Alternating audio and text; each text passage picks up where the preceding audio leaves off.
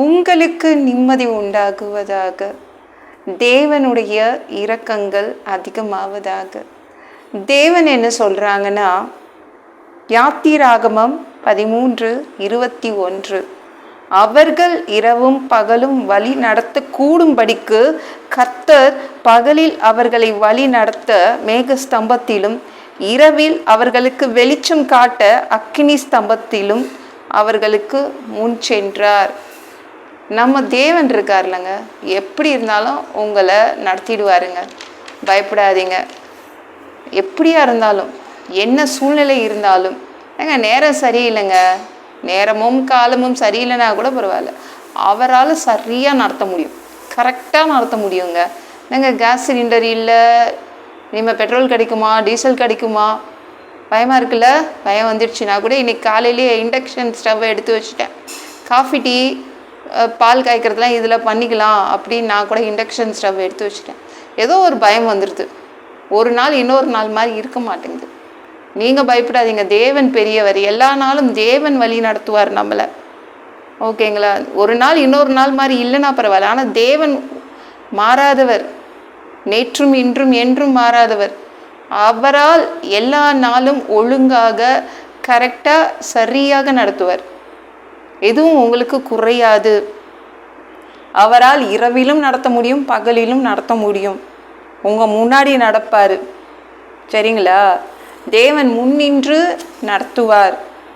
பகலில் வெயில் கொளுத்துதே நினச்சா அவர் மேகஸ்தம்பமாக இருப்பாராம், நிழலாக இருந்துருவாராம், ஒரு ஏசி மாதிரி வந்துடுவார். ஐயோ இரவு குளிர்து அப்படின்னு நினச்சா அக்னி ஸ்தம்பமாக வருவாராம், ஒரு ஈட்டர் மாதிரி வந்துடுவாராம். அப்படி தான் நம்ம தேவன். என்ன வேணும் என் பிள்ளைங்களுக்கு அது செய்து தருவார். ஏன்னா அவர் தான் வழி நடத்துகிறாரு. அவரால் உங்களை வழி நடத்த முடியும். ஐயோ நான் தான் என் வாழ்க்கையை நடத்துகிறேங்க, கஷ்டப்பட்டு உழைச்சி கஷ்டப்பட்டு நடத்துகிறேன் அப்படின்னு நீங்கள் நினச்சிட்ருக்கீங்களா? இல்லை இல்லை இல்லை, உங்கள் வாழ்க்கையை நடத்துகிறது தேவன் தான். எவ்ரிடே அவர் தான் உங்களை நடத்துகிறாரு, உங்கள் குடும்பத்தை நடத்துகிறாரு, உங்கள் பிள்ளைங்களை நடத்துகிறாரு. அதனால தான் நம்மளுக்கு பெரிய நிம்மதி இருக்குது. ஐயோ என் பக்கத்தில் இப்படி நடக்குதே, அங்கே இப்படி நடக்குதே. உங்களுக்கு மட்டும் நல்லது தாங்க நடக்கும். எங்கே எப்படி நடந்தால் என்ன, உங்களுக்கு நல்லதாக நடக்கும். ஏன்னா தேவன் நடத்துகிறாரு உங்களை. ஐயோ நாடு முழுவதும் வறட்சியாக இருக்கே அப்படின்னு ஒரு பெண் நினச்சா என்ன பண்ணுறது? பக்கத்து வீட்டில் பணக்காரங்க இருக்காங்க, அவங்களுக்கே மாவு எண்ணெய் இல்லை, எனக்கு எப்படி கிடைக்கும்? அவங்க வீட்டில், அந்த பெண் வீட்டில் விதவையாக இருந்த அந்த பெண் வீட்லேயும் மாவு இல்லை, எண்ணெயும் இல்லை. கவலையாக இருந்துச்சு. அவங்களுக்கே கிடைக்கல, நம்மளுக்கு கிடைக்குமா? அவளுக்கு அந்த எண்ணம் தான். அப்படி இருக்கும்போது தேவன் என்ன பண்ணார்? இயற்கைக்கு அப்பாற்பட்ட விதத்தில் அந்த பெண் வீட்டில் கிச்சனில் மாவும் எண்ணெயும் கொண்டு இறக்கினார். உங்களுக்கும் செய்வார். எது நடந்தாலும் உங்களுக்கு ஃபஸ்ட்டே நடந்துடும், ஃபஸ்ட்டே செய்துடுவார். ஏன்னா தேவன் உங்கள் குடும்பத்தை நடத்துகிறார். இவங்களுக்கே கிடைக்கலங்க, எனக்கு கிடைக்குமாங்க? இல்லைங்க, உங்களுக்கு தான் ஃபஸ்ட்டு கிடைக்கும். ஏன்னா உங்களை நடத்துகிறவர் தேவன், உங்களை நடத்துகிறவர், கண்மணி போல் நடத்துகிறவர் தேவன். அதனால் எதுவாக இருந்தாலும் உங்களுக்கு தான் ஃபஸ்ட்டு நடக்கும். அதனால் பயப்படாதீங்க. ஐயோ இவங்களுக்கு கிடைக்கல, அவங்களுக்கு கிடைக்கல, இது இப்படி இருக்குது. எது எப்படி இருந்தாலும் தேவன் உங்களை நடத்துறதுனால நீங்கள் எப்போவும் மாதிரி தான் இருப்பீங்க. சரிங்களா? இந்த வீடியோ பிடிச்சிருந்துச்சுன்னா மற்றவங்களுக்கு ஷேர் பண்ண மறக்காதீங்க. கர்த்தர் தாமே உங்களை ஆசீர்வதிப்பாராக.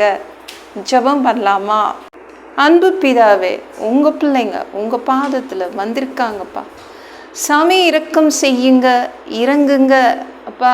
உங்கள் பிள்ளைங்களை நல்லா நடத்துவீங்க, உங்கள் பிள்ளைங்களுடைய குடும்பத்தை, பிள்ளைங்களை நல்லா வழி நடத்துவீங்க.